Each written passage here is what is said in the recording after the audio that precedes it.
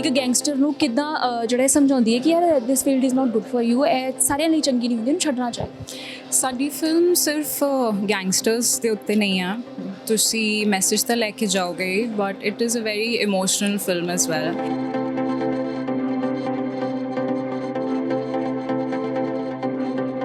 I am struggling, ਮੈਨੂੰ ਕਿਰਦਾਰ ਇੱਦਾਂ ਦਾ ਚਾਹੀਦਾ ਹੈ, ਮੈਂ ਇਹ ਚੀਜ਼ ਆਪਟ ਕਰਨੀ ਹੈ, ਮੇਰੀ ਲੋਕਾਂ ਅੱਗੇ ਇੱਕ ਵੱਖਰੀ ਇਮੇਜ ਵੀ ਆਉਣੀ ਚਾਹੀਦੀ। ਆਫ ਕੋਰਸ ਮੈਂ ਪਹਿਲੀ ਫਿਲਮ ਐਮੀ ਨਾਲ ਕੀਤੀ ਸੀ ਐਂਡ ਉਹਦੇ ਬਾਅਦ ਫਿਰ ਕਈ ਵਾਰੀ ਮਾਈਂਡ 'ਚ ਆਉਂਦਾ ਸੀ ਕਿ ਯਾਰ ਐਮੀ ਨਾਲ ਕੀਤੀ ਹੈ, ਹੁਣ you know I want to do something big only.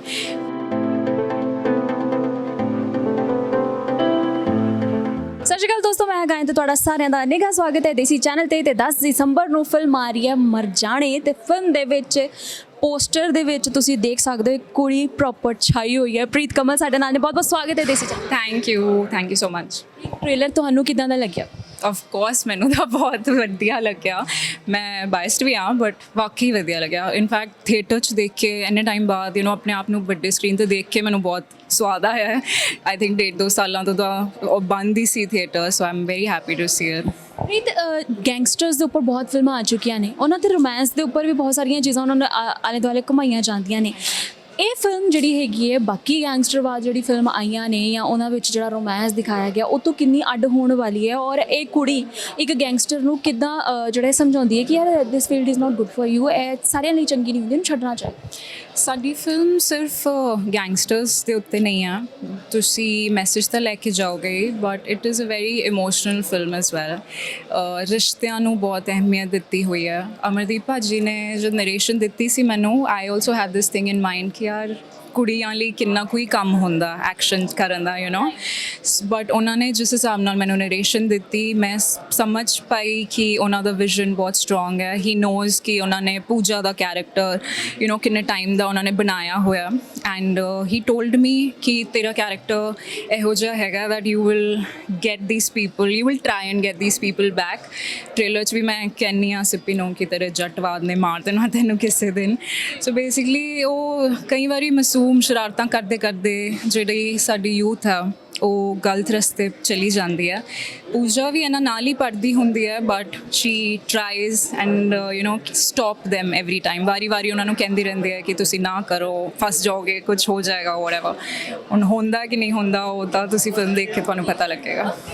ਇਹ ਤੁਹਾਡੀ ਜਰਨੀ ਦੀ ਸ਼ੁਰੂਆਤ ਹੈ ਨਾ, ਮੇਨ ਲੀਡ ਦੇ ਉੱਪਰ ਜੇ ਕਹੀਏ ਫੁੱਲ ਫਲੈਜਡ ਮੇਨ ਲੀਡ ਤੁਹਾਡੀ ਫਿਲਮ ਹੈਗੀ ਹੈ। ਸੋ ਜਦ ਸਟਰਗਲਿੰਗ ਦਾ ਦੌਰ ਚੱਲਦਾ ਹੈ, ਜਦੋਂ ਪ੍ਰੋਡਿਊਸਰਸ ਨਾਲ ਗੱਲਬਾਤ ਕਰਨੀ ਹੈ, ਡਾਇਰੈਕਟਰਸ ਨਾਲ ਗੱਲਬਾਤ ਕਰਨੀ ਹੈ, ਉਸ ਟਾਈਮ ਦੇ ਉੱਪਰ ਕਿਹੜੀ ਸਟਰਗਲ ਹੁੰਦੀ ਹੈ ਔਰ ਉਸ ਟਾਈਮ ਦੇ ਉੱਪਰ ਤੁਹਾਡੇ ਮਾਈਂਡ ਦੇ ਵਿੱਚ ਕੀ ਚੀਜ਼ਾਂ ਚੱਲ ਰਹੀਆਂ ਹੁੰਦੀਆਂ ਨੇ ਕਿ ਦੈਟ ਆਈ ਐਮ ਸਟਰਗਲਿੰਗ, ਮੈਨੂੰ ਕਿਰਦਾਰ ਇੱਦਾਂ ਦਾ ਚਾਹੀਦਾ ਹੈ, ਮੈਂ ਇਹ ਚੀਜ਼ ਆਪਟ ਕਰਨੀ ਹੈ, ਮੇਰੀ ਲੋਕਾਂ ਅੱਗੇ ਇੱਕ ਵੱਖਰੀ ਇਮੇਜ ਵੀ ਆਉਣੀ ਚਾਹੀਦੀ। ਆਫ ਕੋਰਸ ਮੈਂ ਪਹਿਲੀ ਫਿਲਮ ਐਮੀ ਨਾਲ ਕੀਤੀ ਸੀ ਐਂਡ ਉਹਦੇ ਬਾਅਦ ਫਿਰ ਕਈ ਵਾਰੀ ਮਾਈਂਡ 'ਚ ਆਉਂਦਾ ਸੀ ਕਿ ਯਾਰ ਐਮੀ ਨਾਲ ਕੀਤੀ ਹੈ, ਹੁਣ you know I want to do something big only,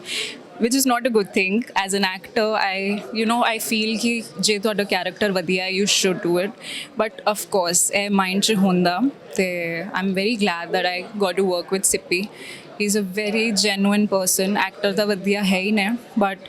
ਮੈਂ ਪਹਿਲੇ ਉਹਨਾਂ ਦੇ ਗਾਣੇ ਗੁਣੇ ਸੁਣੇ ਸੀ ਤਾਂ ਮੈਨੂੰ ਲੱਗਦਾ ਸੀ ਕਿ ਬੜੇ ਖੜਕੂਜੇ ਯੂ ਨੋ ਹੀਲ ਹਾਂ ਖੜੂਸ ਹੈਗੇ ਨਾ ਉਹਨਾਂ ਦੇ ਸਾਰੇ ਸੌਂਗਸ ਐਵੇਂ ਦੇ। But when I got to work with him, in fact poster launch 'ਤੇ ਮੈਂ ਪਹਿਲੀ ਵਾਰੀ ਉਹਨਾਂ ਨੂੰ ਮਿਲੀ ਸੀ, ਉਸੇ ਟਾਈਮ ਮੈਨੂੰ ਵਾਈਬ ਆ ਗਈ ਸੀ ਕਿ he is an easy person to talk to, an easy person to be with, he is a brilliant co artist ਤੇ ਐਜ਼ ਅ ਕੋ ਐਕਟਰ ਉਹਨਾਂ ਨੇ ਬਹੁਤ ਸਾਥ ਦਿੱਤਾ। ਕਈ ਵਾਰੀ ਰੀਟੇਕਸ ਕਰਨੇ ਹੁੰਦੇ ਸੀ, ਮੂੰਹ ਨਹੀਂ ਬਣਾਉਂਦੇ ਸੀ, ਉਹ ਕਹਿੰਦੇ ਸੀ ਕਰ ਕੋਈ ਨਹੀਂ। So he is a very good person. ਯਾ ਪੰਜਾਬੀ ਫਿਲਮਾਂ ਦੇ ਵਿੱਚ ਵਿਮਨਸ ਨੂੰ ਇੰਨੀ ਜ਼ਿਆਦਾ ਸਪੇਸ ਨਹੀਂ ਮਿਲਦੀ ਔਰ ਸਪੈਸ਼ਲੀ ਇਸ ਤਰ੍ਹਾਂ ਦੀਆਂ ਫਿਲਮਾਂ ਦੇ ਵਿੱਚ ਜਿਹਦੇ ਵਿੱਚ ਡਰੱਗਸ ਦੇ ਮੁੱਦੇ ਨੂੰ ਉਜਾਗਰ ਕੀਤਾ ਜਾਂਦਾ ਹੈ ਕਿ ਜਿਹੜੇ ਮੁੰਡੇ ਗਲਤ ਸੰਗਤ ਦੇ ਵਿੱਚ ਪੈ ਜਾਂਦੇ, ਉਹਨਾਂ ਸਾਰੀਆਂ ਚੀਜ਼ਾਂ ਨੂੰ ਜਦੋਂ ਉਹਨਾਂ ਨੂੰ ਦਿਖਾਇਆ ਜਾਂਦਾ ਹੈ ਵੂਮਨਸ ਦੇ ਲਈ ਘੱਟ ਸਕਰੀਨ ਸਪੇਸ ਹੁੰਦੀ ਹੈ। ਬਟ ਤੁਹਾਡੇ ਲਈ ਕੀ ਚੀਜ਼ ਮੈਟਰ ਕਰਦੀ ਹੈ ਕਿ ਯਾਰ ਜ਼ਿਆਦਾ ਸਕਰੀਨ ਸਪੇਸ ਮਿਲਣੀ ਚਾਹੀਦੀ ਹੈ, ਮੇਰਾ ਕਰੈਕਟਰ ਜ਼ਿਆਦਾ ਉੱਭਰ ਕੇ ਆਊਗਾ, ਜਾਂ ਘੱਟ ਸਕਰੀਨ ਸਪੇਸ ਵੀ ਹੈ ਤੇ ਬਟ ਉਹ ਲੋਕਾਂ ਦੇ ਦਿਲਾਂ ਤੱਕ ਜਾਣੀ ਚਾਹੀਏ, ਦੈਟ ਇਜ਼ ਇਨਫ? ਕਿਉਂਕਿ ਦੇਖੋ ਫਿਲਮ ਹੀ ਨਹੀਂ ਚੱਲੇਗੀ ਤਾਂ ਤੁਸੀਂ ਕੀ ਕਰ ਲੋਗੇ, you know, if your content is not strong ਤੁਹਾਡੀ ਬਹੁਤ ਸੋਹਣਾ ਵੀ ਤੁਸੀਂ ਐਕਟ ਕੀਤਾ ਹੋਏ ਲੋਕਾਂ ਤੱਕ ਪਹੁੰਚੇਗਾ ਹੀ ਨਹੀਂ ਤੁਹਾਡੀ ਫਿਲਮ ਪਹਿਲੇ ਦਿਨ ਹੀ ਉਹਨਾਂ ਨੇ ਕਹਿ ਦੇਣੀ ਹੈ ਕਿ ਜੀ ਫਲॉप ਹੈ ਨਹੀਂ ਜੀ ਨਹੀਂ ਦੇਖਣੀ ਬਕਵਾਸ ਫਿਲਮ ਹੈ ਕੰਟੈਂਟ ਨਹੀਂ ਹੈ so at the end of the day ਜੇ ਤੁਸੀਂ 5-10 ਮਿੰਟ ਦਾ ਵੀ ਰੋਲ ਹੋਏ ਨਾ ਤੁਸੀਂ ਐਵੇਂ ਦਾ ਦਿਓ ਕਿ ਪਰਫਾਰਮੈਂਸ ਯਾਦ ਰਹਿ ਜਾਏ ਲੋਕਾਂ ਨੂੰ ਸ਼ੋਲੇ 'ਚ ਜਿਵੇਂ ਹੋਇਆ ਸੀ you know like there are small characters also sometimes you get to play but for me it's always quality over quantity ਮੈਨੂੰ ਹੁੰਦਾ ਹੈ ਕਿ ਛੋਟਾ ਵੀ ਹੋਏ but quality ਕੰਮ ਹੋਣਾ ਚਾਹੀਦਾ that's the reason I did this film Amardeep ਜੀ ਦਾ ਇੱਕ ਨਾ ਲੀਕ ਹੈ ਕਿ ਉਹ ਇੱਕ ਸਪੈਸੀਫਿਕ ਤਰ੍ਹਾਂ ਦੀ ਹੀ ਫਿਲਮਾਂ ਬਣਾਉਂਦੇ ਨੇ ਜਦੋਂ ਸਕ੍ਰਿਪਟ ਤੁਹਾਡੇ ਕੋਲ ਆਈ ਉਸ ਟਾਈਮ ਦੇ ਉੱਪਰ ਥਾਟ ਸੀਗਾ ਕਿ ਯਾਰ ਅਮਰਦੀਪ ਹੈਗੇ ਨੇ ਇਦਾਂ ਦੀ ਫਿਲਮਾਂ ਹੋਣੀਆਂ ਇਹਦਾ ਮੈਂ ਪਾਰਟ ਬਣਨਾ ਜਾ ਰਹੀ ਹਾਂ ਜਾਂ ਫਿਰ ਤੁਹਾਡੇ ਮਾਈਂਡ ਦੇ ਵਿੱਚ ਵੀ ਹੈਗਾ ਕਿ ਯਾਰ ਆਈ ਵਾਂਟ ਟੂ ਡੂ ਅਲੱਗ-ਅਲੱਗ ਟਾਈਪ ਆਫ ਕਿਰਦਾਰ ਕਿ ਮੇਰਾ ਕਰੈਕਟਰ ਵੀ ਜ਼ਿਆਦਾ ਨਜ਼ਰ ਆਏ ਪ੍ਰੀਤ ਕਮਲ ਵੱਖ-ਵੱਖ ਕਿਰਦਾਰ ਵੀ ਜਿਵੇਂ